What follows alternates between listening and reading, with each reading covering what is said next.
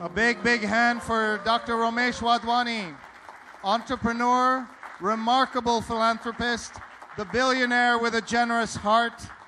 Please welcome Dr. Wadhwani.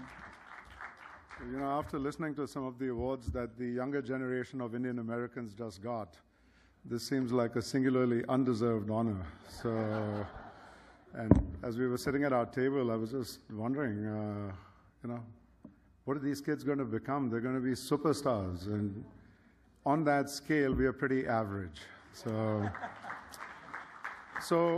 you look at this room, and it's pretty clear that the Indian American community has arrived. How do we know that? Most Hollywood-made TV shows and movies now, from Big Bang Theory to The Great Gatsby, have at least one token lead Indian. I can tell you that at the most important meetings that go on at Google and Facebook and other really up-and-coming and successful high-tech companies, in the meetings and those giant companies, the most common words used in the meetings are "theek hai" and "chalo chalo." So,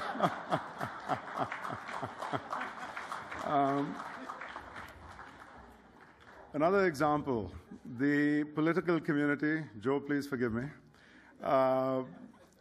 when it is looking for funding, is now beating a path to the doors of the Indian American community, something that they did not do 10 years ago. Yeah.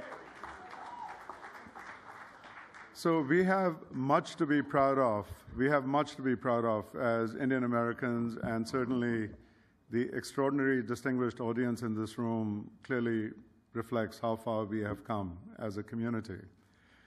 And we have given much to the US, but we have also received much from the US. So we have created jobs. We have been great value adders in the jobs we have. We have been great contributors to government and society. But on the flip side, we have received so much from the US, and we have so much to thank the United States for. The Indian American community, because of all this, is both maturing and affluent. And when an immigrant community becomes mature, it has earned the right to change policy, to influence policy, both domestic policy in the US and policy between the US and our country of origin. In our case, that's India. And I feel that the Indian community, which has come such a long way in so many other aspects, could do more in terms of shaping policy, both for the benefit of the US and for the benefit of India. Similarly, when an immigrant community has achieved affluence, as we clearly have, we have to take on the obligation for giving back to society through philanthropy.